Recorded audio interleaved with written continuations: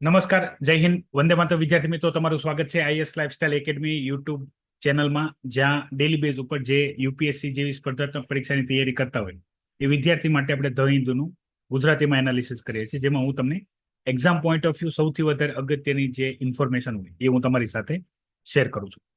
વિદ્યાર્થી મિત્રો, આ એનાલિસિસ સવારમાં 11 વાગે અવેલેબલ થાય છે, સાંજે 5 વાગે, ડિપેન્ડ ઓન ટાઈમ. એનાલિસિસમાં મતલબ લેક્ચર પત્યા બાદ આપણે એનાલિસિસ કરતા હોઈએ છીએ. તો તમને 11 વાગે અને 5 વાગે યુટ્યુબ ચેનલમાં અવેલેબલ થશે, અને એની પહેલા તમને આ એકેડમીની જે એપ્લિકેશન છે એમાં પણ તમે આ જોઈ શકશો. ફ્રી છે બધા વિદ્યાર્થી માટે. તો એપ્લિકેશનની લિંક વિડીયોના ડિસ્ક્રિપ્શનમાં આપેલી છે. ડાઉનલોડ કરીને યુપીએસસી જીપીએસસી બેચ છે, ફ્રી બેચ, એ જોઈન કરી શકો છો. એમાં એનાલિસિસ બધા મળી જશે. અને આનું નોટિફિકેશન તમને ટેલિગ્રામ ને વોટ્સઅપ ચેનલમાં પણ મળ્યા કરશે. સાથે સાથે અગત્યની ઘણી બધી ન્યૂઝ જે અગત્યની હશે એ પણ ટેલિગ્રામ વોટ્સઅપ ચેનલમાં મળશે. તો જો તમે જોઈન ના કરી હોય તો એની લિંક પણ વિડીયોના ડિસ્ક્રિપ્શનમાં આપેલી છે, એ જોઈ લેજો. આજે આપણે ડિસ્કસ કરવાના છીએ 20 અને 21 ઓગસ્ટ વાળું ધ હિન્દુ એનાલિસિસ. શરૂઆત કરીએ. પહેલી જે ન્યૂઝ છે એ ન્યૂઝ છે બેઝિકલી જે કે હેમા કમિટી છે એના માટે. મલયાલમ ફિલ્મ ઇન્ડસ્ટ્રીમાં જે સેક્સ્યુઅલ એબ્યુઝ છે, સેક્સ્યુઅલ એબ્યુઝની કેટેગરી ઘણી મોટી છે. ઓલ પ્રકાર, મતલબ જેટલા પણ સેક્સ્યુઅલ એબ્યુઝ થઈ શકતા હોય, physically, mentally, on the favouritism or any misuse of role, work, anything. મતલબ તમને તમારા કામના બદલામાં તમને જે પૈસા આપવાના છે એના બદલામાં ઇન્ડસ્ટ્રીમાં હોય ને, એન્ટરટેનમેન્ટની અંદર બધું જ આવી જશે. ટીવી સિરિયલ્સ, ફિલ્મ્સ, ઓકે, બધું એકબીજા સિંક્રનાઇઝ થઈને ચાલતું હશે. તો બેઝિકલી અહીંયા મલયાલમ ફિલ્મ ઇન્ડસ્ટ્રીમાં જે વુમન છે એનું કામ કરવું મુશ્કેલ થઈ ગયું છે. એ રીતનું અહીંયા રિપોર્ટમાં માહિતી આપેલી છે. અહીંયા કઈ કઈ બાબતને હાઇલાઇટ કરેલી છે કે મલયાલમ ફિલ્મ ઇન્ડસ્ટ્રી છે એ પર્ટિક્યુલર કોઈ એક ગ્રુપ ઓફ મેલ્સ જેના દ્વારા ચલાવવામાં આવે છે, નક્કી કરે છે કોને કામ મળશે, નહીં મળે. કામ મળશે તો કેટલું વેતન મળશે. કામના બદલામાં પણ એમની ઇવન એક્ટ્રેસીસ, હિરોઈન, એમની પાસે પણ સેક્સ્યુઅલ ડિમાન્ડ કરવામાં આવે છે ફોર ડાયરેક્ટર, પ્રોડ્યુસર ઓર લાર્જ ફિલ્મ એક્ટર એના દ્વારા. તો આ વસ્તુને દૂર નહીં કરવામાં આવે તો આની અંદર મહિલાઓનું શોષણ થયા કરશે. આ એક ઇન્ડસ્ટ્રીની વાત નથી, આ overall film industry, entertainment industry આખી ટીવી સિરિયલ, તમે અત્યારે સોશિયલ મીડિયા એન્ટરટેનમેન્ટ ગણો, ટીવી સિરિયલ ગણો, ફિલ્મ ઇન્ડસ્ટ્રી ગણો, બધા લેવલે. આની સિવાય બીજું એવું સેક્ટર છે આઈટી સેક્ટર, જેમાં વુમન સેફ્ટીને લઈને ઘણા બધા ઇસ્યુ છે કે વુમનને કામ કરવું હશે તો આવા સેક્સ્યુઅલ એબ્યુઝ, સેક્સ્યુઅલ ડિમાન્ડની રિક્વાયરમેન્ટ આવશે અને એને બીટ કરીને કામ કરવું પડશે. તો આના માટે રિફોર્મ લાવવાની જરૂર છે, જેથી દરેક વુમનને કામ કરવું ઇઝી થઈ જાય. આને લીધે ઘણા બધા ઇન્ડસ્ટ્રીમાં નથી જતા. હવે જે લોકોના ભોગ બને છે, કોઈ વ્યક્તિ કહે છે, કોઈ નથી કહેતા. કેમ? કારણ કે સમાજમાં બદનામીનો સામનો કરવો પડશે. આના લીધે આવા જે અસામાજિક પ્રવૃત્તિ ધરાવતા લોકો જે છે એ માથું ઊંચું રાખીને ચાલતા હોય છે અને આ વસ્તુ ચલાવતા હોય છે. રોકવી જરૂરી છે. કોઈ પણ નેગેટિવ વસ્તુ ને જો પોષવામાં આવે તો ભવિષ્યમાં એ બહુ ખરાબ સ્વરૂપ ધારણ કરે છે. એનું બેસ્ટ ઉદાહરણ છે એ જે કલકત્તાનો જે રેપ કેસ છે. તો આ વસ્તુ શરૂઆત અહીંયાથી થાય છે. ઓકે, આવી નાની શરૂઆત ગણાય છે. ચોરીના ક્રાઇમના સંદર્ભમાં વાત કરું તમારી સાથે, તો જે સૌથી પહેલા ચોરી કરતો હશે, સામાન્ય ચોરી કરતો હશે, એ જ ચેન સ્નેચર બનશે. મતલબ સોના નીચેનો ચોર છે. જેલ થશે એ જ મર્ડર કરતો થશે. એ જ મર્ડર કરતો વ્યક્તિ કાલ ઉઠીને સમાજમાં મોટો ગુંડો બનીને બેસશે. તો શરૂઆત આ રીતે હોય છે. તો આવી જેટલી પણ દેખીતી રૂપ કે અદેખીતી, મતલબ ડાયરેક્ટ કે ઇનડાયરેક્ટ, જે પણ આ પ્રકારની કમ્પ્લેન હોય એના ઉપર ફોકસ કરીને એનું નિવારણ કરવું જોઈએ. વાત કરીએ બીજા મુદ્દાની, એ છે કર્ણાટકના જે સીએમ છે એના ઉપર લાગેલા કરપ્શનના ચાર્જીસ. બેઝિકલી એને મુદ્દા તરીકે ઓળખવામાં આવે છે. શોર્ટમાં તમને આખો જણાવી દઉં છું એટલે તમને ક્લેરિટી આવી જાય. પછી આપણે આની અંદર ઘણી બધી ડિસ્કશન આપણે જોશું. બેઝિકલી મુદ્દાનું જે ફૂલ ફોર્મ છે મૈસૂર અર્બન ડેવલપમેન્ટ ઓથોરિટી. તો આની અંદર બેઝિકલી શું છે, તો કર્ણાટકના જે સીએમ છે, નામ તમારે કોઈને લખવા નથી હોતા એટલે કર્ણાટક સીએમ યાદ રાખજો. એમના વાઇફને એમના બ્રધર, મતલબ આમના શાળા દ્વારા એક લેન્ડ પ્રોપર્ટી એમને આપવામાં આવી હતી. એ લેન્ડ આમના વાઇફના નામે હતી.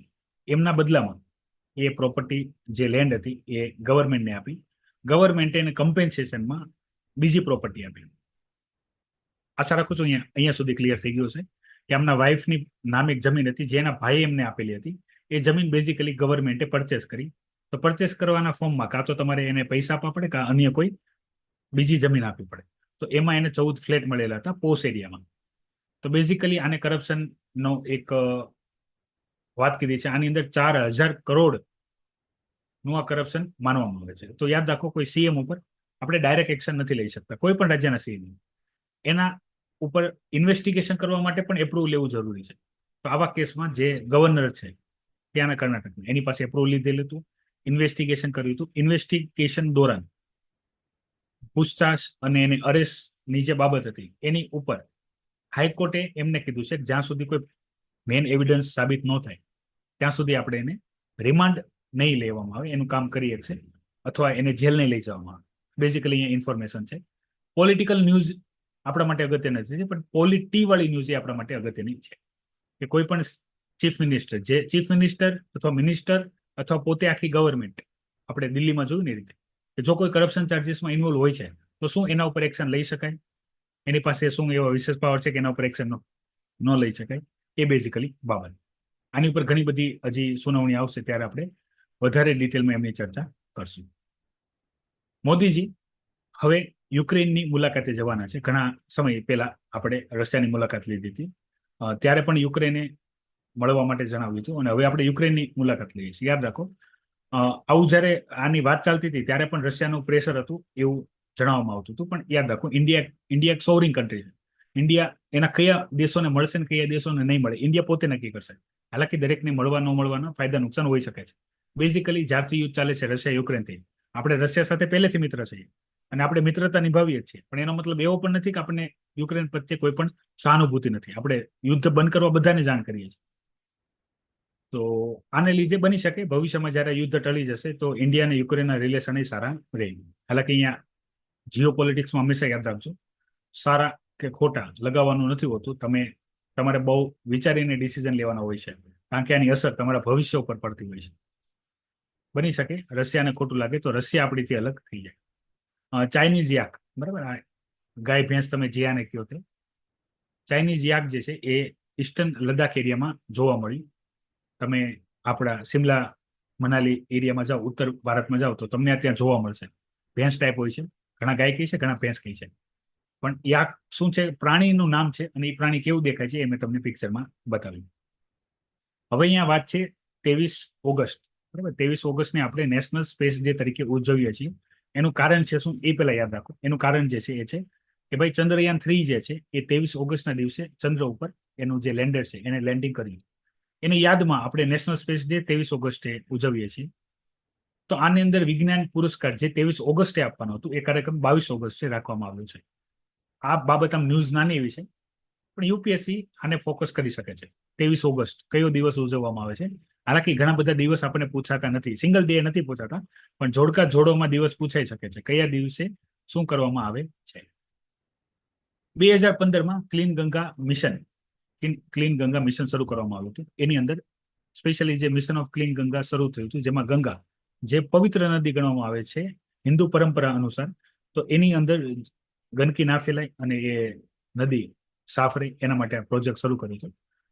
પ્રોજેક્ટ શરૂ કર્યું ત્યારે એની પાછળ જે ફંડિંગ ફાળવવામાં આવ્યું હતું એ ઓછું હતું. હાલમાં 37,550 કરોડનું ફંડિંગ ફાળવવામાં આવ્યું છે. પણ 2015 થી લઈને આ 2024 ગણીએ તો હજી એમાંથી માત્ર 18,033 કરોડનું તે કામ શરૂ થઈ શક્યું છે. બાકીનું જે કામ શરૂ પણ નથી થયું, અને હજી પણ એમાં જે ક્લીન ગંગાની વાત કરીએ ટાર્ગેટ અચીવમેન્ટ માટે આપણને કોઈ સફળતા મળી નથી. તો આ વસ્તુ શું બતાવે છે કે માત્ર પોલિસી બનાવી લેવાથી સફળ નથી થઈ જતું. ભારતમાં સૌથી વધારે અઘરું છે એ છે પોલિસીને લાગુ કરવી. પોલિસી ઇઝીલી લાગુ નથી થતી, એ સૌથી મોટો ડ્રોબેક છે કોઈ પણ સ્કીમ ખાલી બનાવી દેવાથી એ ઇમ્પ્લિમેન્ટ થઈ જતી નથી. હાલમાં ભારતમાં મંકી પોક્સ વાયરસને લઈને કોઈ રિસ્ક નથી એવી ઓફિશિયલ એનાઉન્સમેન્ટ કરવામાં આવી છે. ઓકે, તો આતંકિત થવાની જરૂર નથી.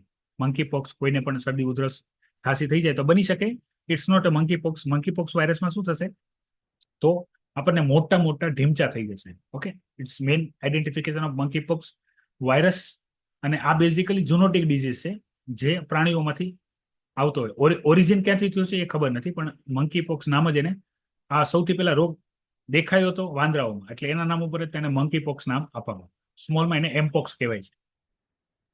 પોક્સને સામાન્ય રીતે આપણે અછબડા કહીએ છીએ. અછબડામાં જે નાના ઢીંચા થઈ જાય, મંકી પોક્સ વાયરસમાં આપણને સેમ વસ્તુ થઈ રહી છે.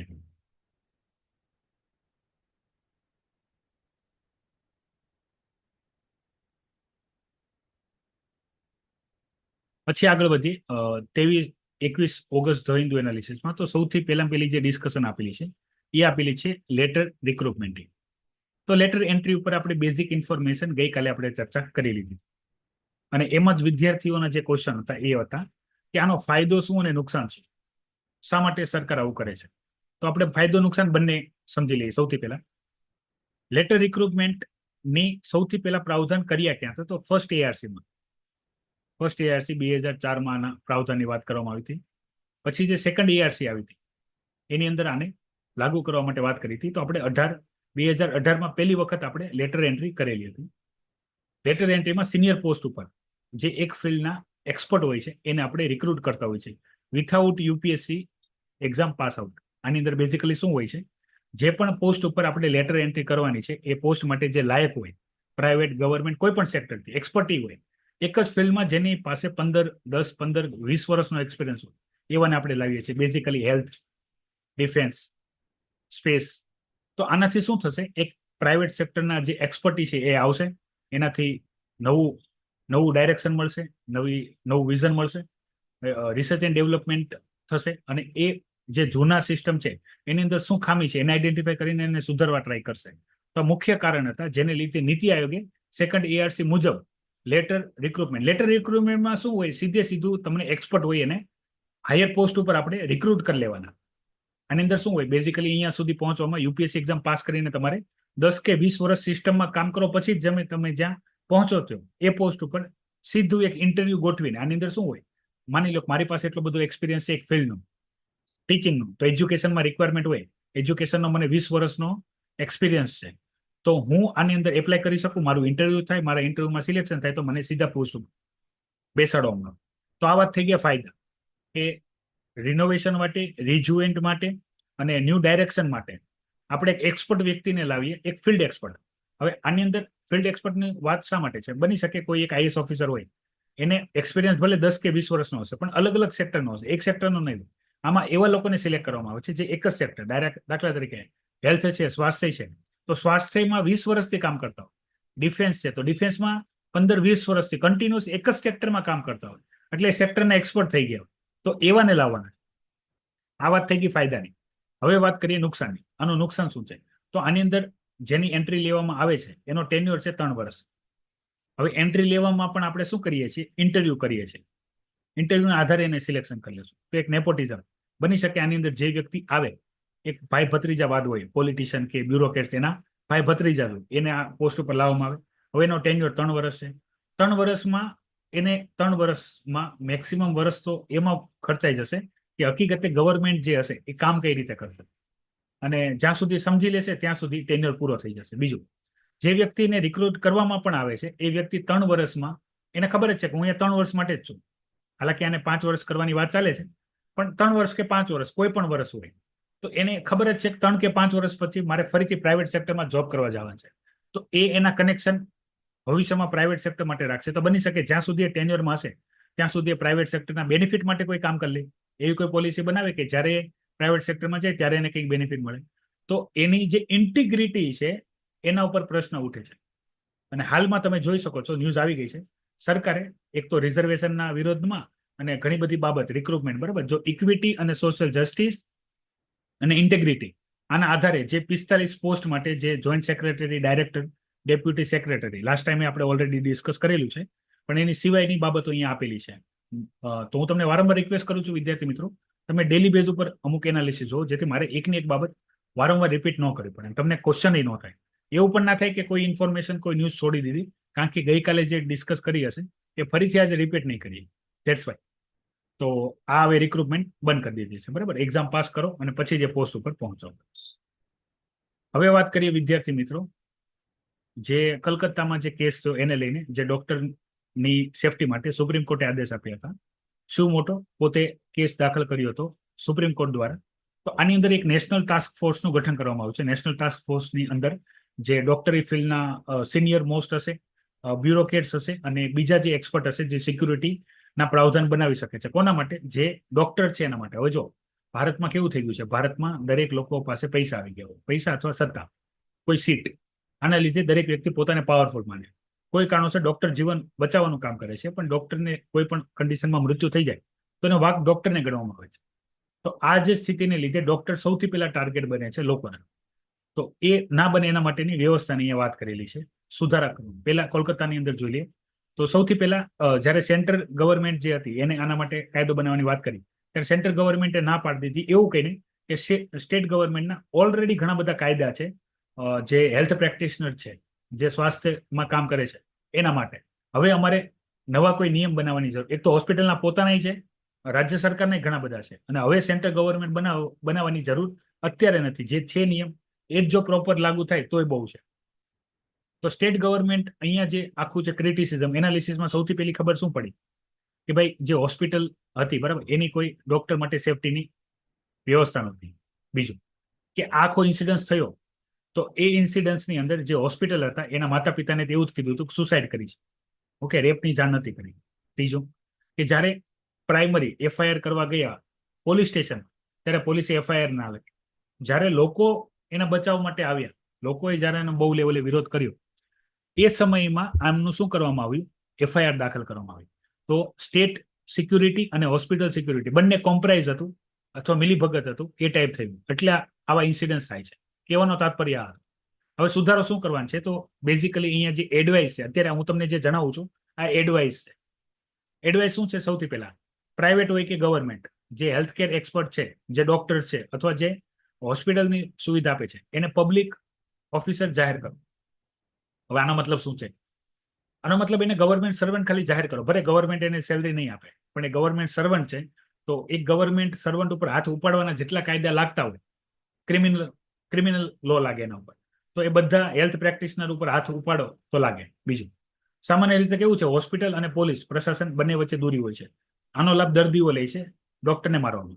તો બને ત્યાં સુધી જે મોટા, ભલે મ્યુનિસિપલ આરોગ્ય કેન્દ્ર હોય અથવા બહુ મોટા આરોગ્ય કેન્દ્ર હોય, તો ત્યાં એક પોલીસની બંદોબસ્ત રાખો, પોલીસ રાખો. પોલીસ હોસ્પિટલ અને પોલીસ સ્ટેશન વચ્ચે પણ ઘણું ડિસ્ટન્સ હોય છે. અત્યારે તમે જુઓ, જે લોકો પ્રદર્શન કરતા હતા આમના બચાવ માટે, એના ઉપર એ લોકોએ હુમલો કર્યો. પોલીસ પ્રશાસન શું કરતું હતું? તો એવું કીધું કે હોસ્પિટલની સાથે જ તે પોલીસ સ્ટેશન રાખો કે જેથી આવું કોઈ પણ ઇન્સિડન્સ થાય તો એને ટેકલ કરી શકાય. પછી જે એક હોસ્પિટલની અંદર પ્રોપર ઇન્ફ્રાસ્ટ્રક્ચર બનાવો, જેમાં સીસીટીવી કેમેરા હોય, એક સેપરેટ રૂમ હોય. ઓવર ટાઈમ ના કરાવો તો રેસ્ટ રૂમ હોવો પડે, અને રેસ્ટ રૂમ સિક્યુરિટી વાળો હોવો પડે. કોઈ સિક્યુરિટી પર્સન ત્યાં હાજર હોવો પડે એમના પ્રોટેક્શન માટે સીસીટીવી કેમેરાથી સજ્જ. કોઈ પણ વ્યક્તિ, અમુક જે એરિયા બનાવો, ડોક્ટર જે હેલ્થ પ્રેક્ટિશનર હોય એના માટે, કે જ્યાં કોઈ પણ સામાન્ય વ્યક્તિ જઈ ના શકે. ઘણી જગ્યાએ હોય ને રેસ્ટ્રિક્શન, પરમિશન વગર કોઈએ આવું નહીં, એ ટાઈપ. તો એવા એરિયા બનાવો. અને નાઇટ શિફ્ટ નો આપો તો સિક્યુરિટી આપો, અને સાથે સાથે એને લાવવા લઈ જવાની સુવિધા પણ હોસ્પિટલ આપે. ઓકે, ટ્રાન્સપોર્ટેશન સિક્યુરિટી માટે નાઇટ ટ્રાન્સપોર્ટેશન એ પ્રોવાઈડ કરો. કાઉન્સિલિંગ સેશન એ કરો. અને વર્કિંગ એની જે લિમિટ હોય એમાં જો ઓવર ટાઈમ કરાવો તો એને રેસ્ટ કરવા માટે પણ પ્રોપર ટાઈમ આપો, વચ્ચે પછી છૂટી આપો જો તમે કોઈ પણ. અને આ બધું ચેલેન્જિંગ કામ હોય છે. Okay, public service is not easy. તમે બની શકે બહુ જુસ્સામાં આઈએસ આઈપીએસ ની તૈયારી કરી રહ્યા, પણ એક વખત સિસ્ટમમાં જશો ને તો ખબર પડશે કે ભાઈ સપના શું જોયા હતા અને રિયાલિટી શું છે. બરાબર? એટલે વિદ્યાર્થીઓને ખાસ કહું છું, બહારનું જોઈને ના જતા, જો ખાસ અંદરથી કંઈ ના હોય તો. કારણ કે પૈસા પાવર તો સમજ્યા, પણ ચેલેન્જીસ બહુ છે પબ્લિક સર્વિસમાં. તો એમનો પણ તમારે સ્વાદ ચાખવો પડશે. ખાલી કલેક્ટર છો તો ખાલી સેમિનાર જ નહીં કરવા પડે.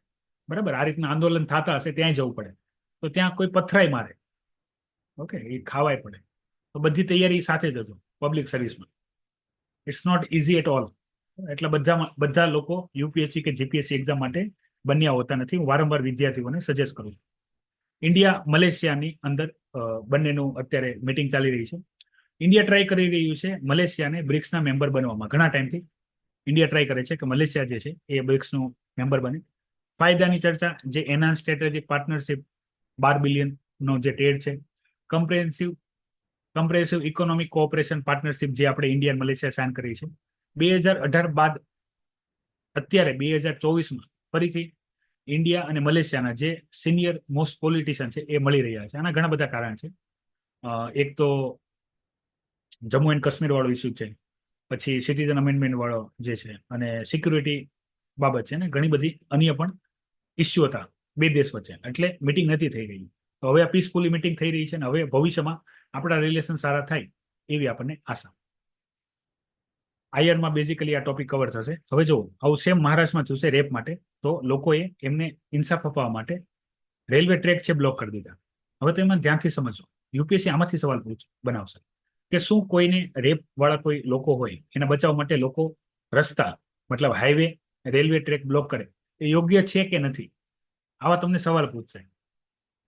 તમે આમાં શું જવાબ આપશો એ તમારે વિડીયોની કમેન્ટ બોક્સમાં કમેન્ટ કરવાનું છે.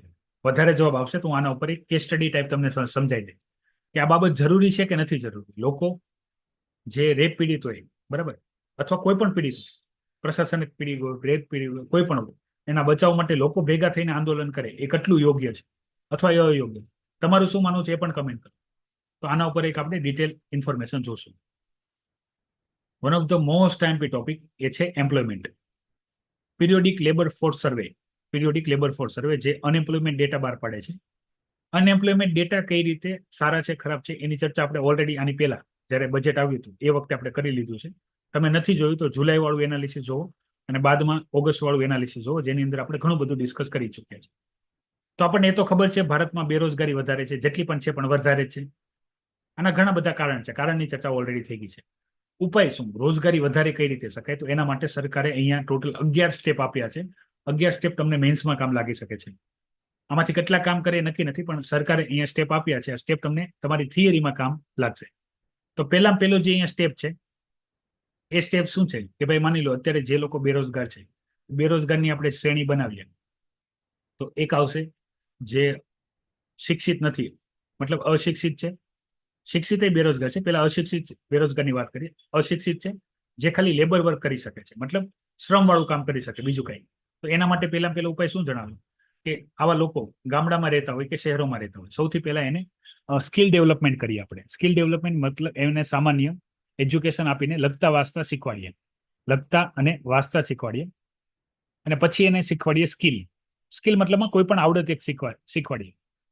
જેમ કે ઇલેક્ટ્રિક કામ શીખવાડીએ, જેમાં ટીવી, પંખા, મોટર, એસી, ફ્રીજ આવું બધું રિપેર કરતા આવડે. કાં તો આપણે એને આ ઇલેક્ટ્રોનિક કામ થઈ ગયું એને રિપેર કરતા આવડે, કાં તો એ વ્યક્તિને એવું શીખવાડીએ જેમ કે આપણે સામાન્ય કામ કરી લઈએ તો દરજી કામ, સિલાઈ કામ શીખવાડીએ, અથવા આ જે પંચર કરતા હોય એ ટાઈપ કઈ કામ શીખવાડીએ. આનાથી શું થશે, એને જોબ નહીં મળે પણ એ કાં તો પોતે કામ શોધ લેશે એટલે સેલ્ફ એમ્પ્લોય થઈ જશે, અથવા જે કોઈ આવી રીતનું કામ કરાવતું હશે એની પાસે કામ કરવા લાગશે, તો એને નાનો સામાન્ય એનું ઘર ચાલવા લાગશે. એ બેરોજગારીમાંથી એને કંઈક ને કંઈક રોજગાર મળી જશે જેથી ઘર ચાલશે. તો આ પહેલો ઉપાય છે. બીજા ઉપાયમાં અહીંયા વાત કરી છે, સેકન્ડ ઉપાયમાં વાત કરી છે. આ બધા ઉપાય અગત્યના છે, બધા ઉપર ઘણી બધી ડિસ્કશન થઈ શકે છે, પણ હું અત્યારે તમને ઓવરઓલ સમજાવું છું. સેકન્ડ ઉપાય જે છે એજ્યુકેશન, હેલ્થ, સ્કિલ, ન્યુટ્રિશન અને લાઇવવુડ. આ બધા સેક્ટર ઉપર government as well as private દરેક સેક્ટરના જેટલા પણ પોસિબલ હોય તો એટલા લેવલે એમ્પ્લોયમેન્ટ ક્રિએટ કરીએ. બની શકે તો એના માટે લોકોને આપણે શું કરીએ, એજ્યુકેશન માટે એજ્યુકેટ કરીએ. હેલ્થ કેર સેક્ટરની પણ અહીંયા વાત કરી છે થર્ડની અંદર. પેલા એજ્યુકેશન આ દરેક સેક્ટરમાં, આની પછીના બીજામાં જેટલા સેક્ટર લખેલા છે એ બધા સેક્ટરના અલગ અલગ સ્ટેપ છે. પહેલામાં શું લખ્યું, તો આપણે એને બેઝિક એજ્યુકેશન આપવા ટ્રાય કરીએ, કમ્પલસરી એજ્યુકેશન કરીએ. આનાથી શું કરશે, લોકો ડિગ્રી લેશે. તો અહીંયા બેઝિકલી વાત શું કરી કે ડિગ્રી લઈને એટલીસ્ટ એજ્યુકેશન ફિલ્ડમાં જાય, ટીચિંગ ફિલ્ડમાં જાય, primary, secondary, higher secondary, okay, college લેવલે એ લોકો એજ્યુકેશન ટીચર તરીકે કામ કરે. અને માની લો બધાને આ લેવલે સ્કૂલ કોલેજ લેવલે તો બધાને જોબ તો નથી મળવાની, તો કોઈ પર્સનલ ટ્યુશન આપે, એજ્યુકેશન ફિલ્ડ સાથે કામ કરે. ફોર્થ ફિલ્ડ જે કીધું છે એ કીધું છે નર્સિંગ. નર્સિંગની અંદર તમને ખ્યાલ હશે, હોસ્પિટલની અંદર જે નર્સ હશે બરાબર, અને વોર્ડ બોય હશે, ફિમેલ હોય તો એ નર્સ હોય, અને જે મેલ હોય વોર્ડ બોય હોય, તો એને બેઝિક ટ્રેનિંગ આપીએ. જો હવે એક એવી પ્રોફેશનલ કોર્સ છે જેની અંદર તમારી ડિગ્રી હોવી જરૂરી છે. દાખલા તરીકે ડોક્ટર, સર્જન હોય, એમડી હોય, એમએસ હોય, એ લોકો. પણ એના જે આસિસ્ટન્ટ હોય મતલબ નર્સ હોય એના માટે કંઈ ખાસ ક્વોલિફિકેશનની જરૂર નથી. હાલાકી નર્સિંગ એક કોર્સ છે, પણ તમે પ્રાઇમરી લેવલે કોઈને જો પ્રોપર ટ્રેનિંગ આપો, વર્ષ 6 મહિના કે 1 વર્ષ, તો એને એનું બધું કામ આવડી જશે. તો એને લીધે એટલીસ્ટ એને સ્કિલ વર્ક, આ અનસ્કિલ વર્ક કહેવાય. ઉપરનું મેં તમને આ વાત કરી હતી, સિલાઈ કામ, પછી મોચીવાળું કામ થઈ ગયું, કે ઓલું કંઈ પણ, એ બધા અનસ્કિલ વર્ક કહેવાય. કે તમને સ્કિલ આવડે છે, ચાલે છે. આ થોડુંક પ્રોફેશનલ સ્કિલ વર્ક કહેવાય, કે આમાં તમને માન સન્માન મળશે ને કામ રેગ્યુલર મળશે, અને ભવિષ્યમાં તમારો ગ્રોથ થવાના ચાન્સીસ છે. તો એક આના ઉપર કામ થઈ શકે છે.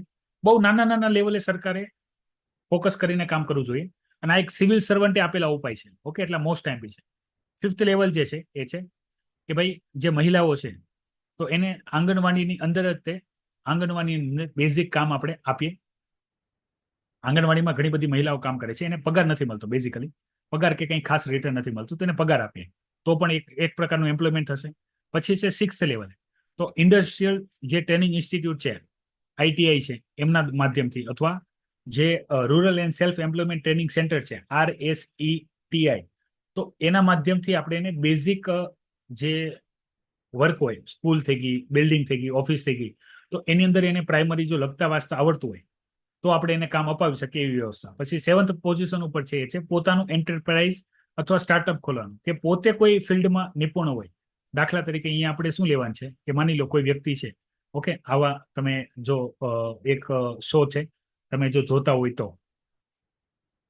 એ છે શાર્ક ટેન્ક. ઓકે, બહુ ચાલ્યું છે હમણાં. એને બહુ લોકોને જાગૃત કરીએ છે બિઝનેસ કરવા માટે થઈને. ઘણા બધા આઈડિયાઝ લોકો ત્યાં લઈને આવે છે, એને ફંડિંગ કરે છે. તો આની અંદર એક આવેલા હતા, એ હતા રાજા રાણી, સુરતનું છે. એમાં એક મતલબ મેરિડ વુમન છે, કરોડો રૂપિયાની કંપની ઊભી કરી છે. એના ડિજિટલ કોર્સિસ છે, બરાબર, ડિજિટલ કોર્સિસ છે, સિલાઈ કામ શીખવાના. એ ત્યાં પણ શીખવાડે છે, ઓનલાઈન શીખવાડે, એની એપ્લિકેશન છે. તો તમે વિચારો, એક તમને કંઈક આવડે છે તો એમાંથી તમને શું આવડે છે એના આધારે શું તમે ઇન્કમ કરી શકો છો, એ રીતે તમે બિઝનેસ સ્ટાર્ટ કરો. તો એ ટીચિંગનો એને બિઝનેસ શરૂ કર્યો સિલાઈમાં. બેઝિકલી આના દ્વારા એ ફેશનેબલ જે કપડાં છે, એ ફેશનેબલ કપડાં પણ બનાવે છે, પ્લસ ફેશનેબલ કપડાની સાથે સૌથી વધારે જે જરૂરી છે કોર્સે સેલ કરે છે. તો એનો પણ એને બેનિફિટ મળે છે. તો આવું તમને જે આવડતું હોય એ રિલેટેડ તમે કંઈક વિચારો અને કામ કરો. પછી છે 8મો ઉપાય, કે ભાઈ આના માટે માનો કે એને ફંડિંગની કે અન્ય કોઈ પણ જરૂર હોય તો પણ એ પ્રોવાઈડ કરો, કે જેથી એમનું જે કામ છે એ વધારે આગળ આવી શકે, સ્કિલ આપીને આગળ આવી શકે. 9મું પણ સેમ વસ્તુ છે. તો ખાસ કરીને જે વર્કિંગ કેપિટલની જરૂર હોય, મોસ્ટ ઓફલી લખપતિ દીદી, મુદ્રા લોન, બરાબર. આની અંદર શું છે, બિઝનેસ બધાને કરવો છે, સામાન્ય બિઝનેસ બધા કરે છે, પણ વધારે બિઝનેસ એક્સપાન્શનમાં કેપિટલ, મૂડીની જરૂર પડે, પૂંજીની જરૂર પડે, તો એ આપવા ટ્રાય કરવાની છે, તો પણ એ આગળ આવશે. પછી 10th છે એ ફરીથી સ્કિલ જ છે. અને 11 જે છે એ છે મનરેગા જેવી government employment scheme, rural area માટે છે, એવી અર્બન એરિયા માટે શરૂ કરવામાં આવે કે જેથી આવે. તો 11 ઉપાય છે એમ્પ્લોયમેન્ટ જનરેટ કરવાના. સરકાર આના ઉપર પોલિસી બનાવી શકે છે અને કોઈ પણ આની અંદર લાભ લઈ શકે છે. સરકાર આના લેવલે, બેઝિક લેવલે તો બધા ઉપર કામ ચાલે છે, પણ આનાથી જેટલું એમ્પ્લોયમેન્ટ ક્રિએટ થવું પડે એટલું એમ્પ્લોયમેન્ટ ક્રિએટ નથી થતું, એ સમસ્યા છે. અહીંયા સુધી ક્લિયર છે? ના સમજાય તો અહીંયા કમેન્ટ કરી દેજો, તો આપણે એનું જોશું. આગલો ટોપિક જોઈએ હવે આપણે. આગલો ટોપિક જે છે એ બેઝિકલી જે છે એ છે આગલા ટોપિક જે ચર્ચા છે એ છે ઇથેનોલ બ્લેન્ડિંગ ઉપર. ઇથેનોલ બ્લેન્ડિંગ ઉપર. તો ઇથેનોલ બ્લેન્ડિંગ શું છે, શોર્ટકટમાં સમજો. આની અંદર હું તમને બધી માહિતી આપી દઉં છું, પછી તમને ખ્યાલ આવશે. તો ઘણા સમય પહેલા મેં યુટ્યુબમાં તમને પેટ્રો ડોલર ઇકોનોમી વાળો વિડીયો મૂક્યો હતો. એમાં મેં તમને બતાવ્યું હતું કે ભાઈ ડેલી બેઝ ઉપર 50 કરોડ લીટર પેટ્રોલ આપણે વાહનોમાં નાખીને ફૂંકી નાખીએ છીએ. 24 કલાક પૂરા, 50 કરોડ પેટ્રોલ પૂરું. પેટ્રોલ બને છે ક્રૂડ ઓઇલમાંથી. ક્રૂડ ઓઇલ આપણે બહારથી ઇમ્પોર્ટ કરીએ છીએ, એના લીધે આપણું વિદેશી હુડિયામણ છે ઘટે છે. તો આનો એક ઉપાય શોધ્યો હતો, એ હતો 20% ઇથેનોલ બ્લેન્ડિંગ. આની અંદર શું કરવાનું છે કે આપણા પેટ્રોલની અંદર 20%, મતલબ 100 લીટર પેટ્રોલ હોય તો એમાં 20 લીટર આપણે શું કરવાનું છે, 100 લીટરમાં મતલબ 80 લીટર લેવાનું છે પેટ્રોલ અને 20 લીટર લેવાનું છે ઇથેનોલ. એનું મિશ્રણ કરવાનું છે અને એ આપણે શું કરવાનું છે, વ્હીકલમાં, વાહનોમાં યુઝ કરવાનું છે. આનાથી શું ફાયદો થશે? બેઝિકલી આનાથી ફાયદો એવો થશે કે આપણું જે પેટ્રોલ જ આપણે પેટ્રોલનો કોસ્ટ છે એ નીચે આવશે અને પેટ્રોલનું કન્ઝમ્પશન છે એમાં થોડો ઘટાડો થશે. પેટ્રોલ ઉપર પ્રેશર ઘટશે. ઇન શોર્ટ, ભવિષ્યમાં આપણે 20%માં સફળ થશું તો આને વધારે આગળ પર્સન્ટેજમાં લઈ જશું. તો એનાથી જે પેટ્રોલ કન્ઝમ્પશન છે ઘટશે, ક્રૂડ ઓઇલની ડિમાન્ડ ઘટશે, તો આપણે જે વિદેશી હુડિયામણ આપણે ખર્ચ કરીએ છીએ એના ઉપર ઓછું પ્રેશર આવશે. અલ્ટરનેટિવ તરીકે આપણે એને વિચારીએ છીએ. હવે ભારત જેટલું પેટ્રોલ, માનો આ ફાયદારૂપ છે, પેલા એવું સમજી લો ફાયદારૂપ છે. તો ભારત 20% જેટલું ઇથેનોલ પ્રોડ્યુસ કરી શકતો નથી. એના માટે આપણી પાસે ઇથેનોલ પ્રોડ્યુસિંગ પ્લાન્ટ હોવા જોઈએ. હજી ભારતમાં ફર્સ્ટ જનરેશન પ્લાન્ટ જ છે. ભારતમાં જે વર્કિંગ પ્લાન્ટ છે ફર્સ્ટ જનરેશન. ફર્સ્ટ જનરેશન એવા પ્લાન્ટ હોય જે ફૂડ ગ્રેન અને સુગર કેન બેમાંથી જ તે શું કરીએ કે ઇથેનોલ બનાવી શકે.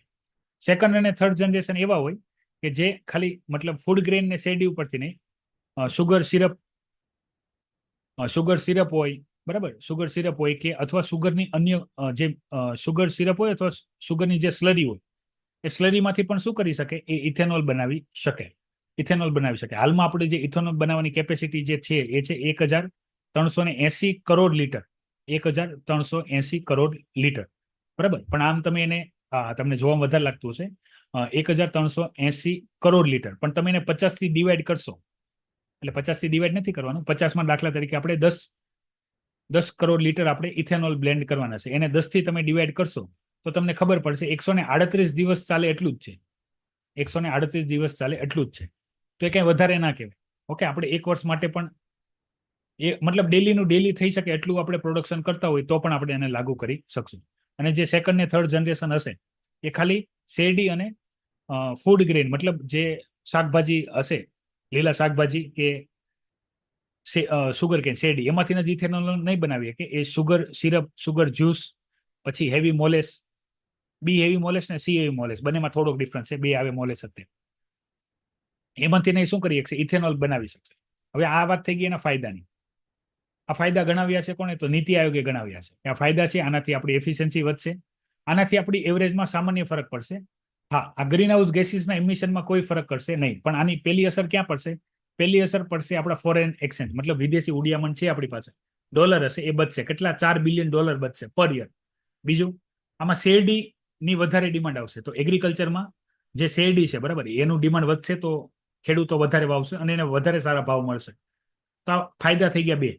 એક તો ક્રૂડ ઓઇલ આપણે ઓછું ખરીદવું પડશે તો આપણું વિદેશી ઉડિયામણ વધશે. બીજું, જે લોકો શેરડી વાવતા હશે, જે ખેડૂતો, એને ફાયદો મળશે. તો એના ફાયદા છે. હવે આના નુકસાન સમજો. આ લાગુ કેમ નથી થતું? મતલબ આજથી વાત નથી થતી, આ તો વર્ષોથી વાત ચાલે. આ વાતને ઘણા વર્ષો વીતી ગયા છે, તો આપણે લાગુ કેમ નથી કરતા? તો પહેલી બાબત, શેરડી ઉત્પાદન કરવામાં જમીનની ફળદ્રુપતા ખરાબ થઈ જાય છે અને પુષ્કળ પ્રમાણમાં પાણી જોઈએ છે. બધા વાવી શકતા નથી.